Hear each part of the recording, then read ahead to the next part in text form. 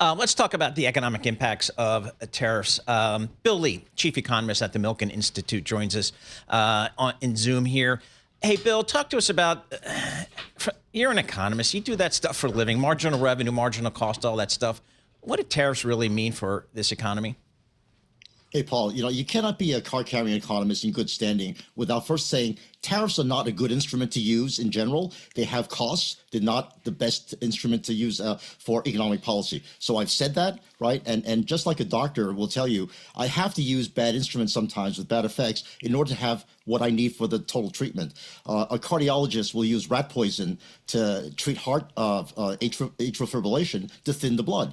But you don't judge rat poison just on that alone, right? You judge it in terms of what other treatments do you give the patient in order to make the patient healthy. And I think the Trump administration is trying to say, I'm using rat poison, which are tariffs, but I'm also trying to put them in the context of a package of policies that will make government smaller, lower taxes, fewer regulations, and more importantly, entice foreign investors to bring capital into the United States to produce more jobs and produce more production and shift the supply lines in a way that'll be more secure. So those are the objectives. And so I think it's very unfair to just judge tariffs in and of themselves. I used to teach international economics at Columbia, and my lectures on tariffs are always, they come with a cost. Just like rat poison comes with a cost, and you can kill yourself if you use it improperly. But in the context of a policy package, done by a good doctor, you can make the patient much more healthy than before. And that's what we're hoping the Trump administration is trying to do.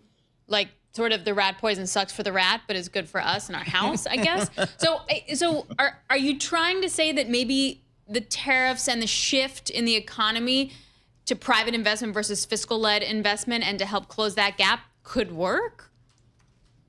Well, that's why President Trump was elected.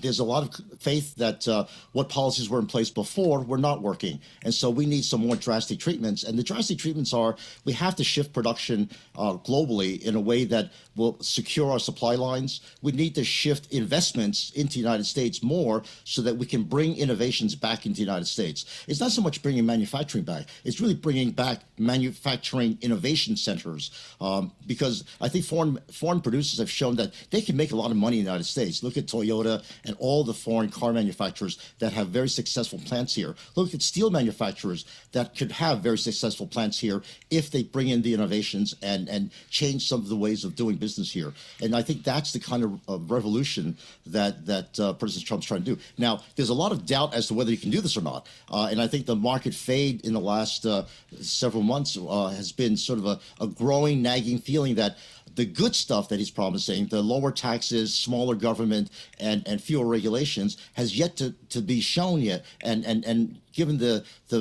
amount of political capital he's losing with the tariff debate, there may be some doubt as to whether he can do that. That will put the treatment in jeopardy, and it's not clear that the patient will be healthy after that.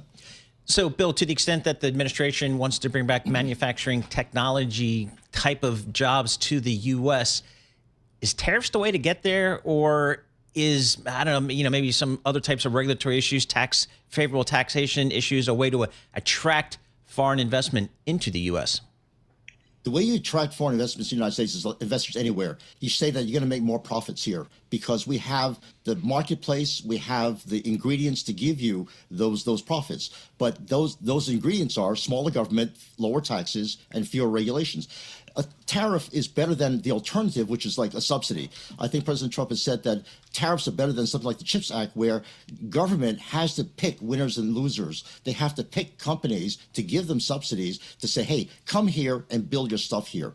A tariff automatically allows the market to sort it out. It says, you come here, we give you smaller government, lower taxes, and fewer regulations, but we also give you some tariff price protection in the sense that you come produce here and you get all the benefits. You bring in your stuff as fully made stuff and compete with our producers, and we're going to give you a tariff wall. So that's really the trade-off that foreigners are being faced with.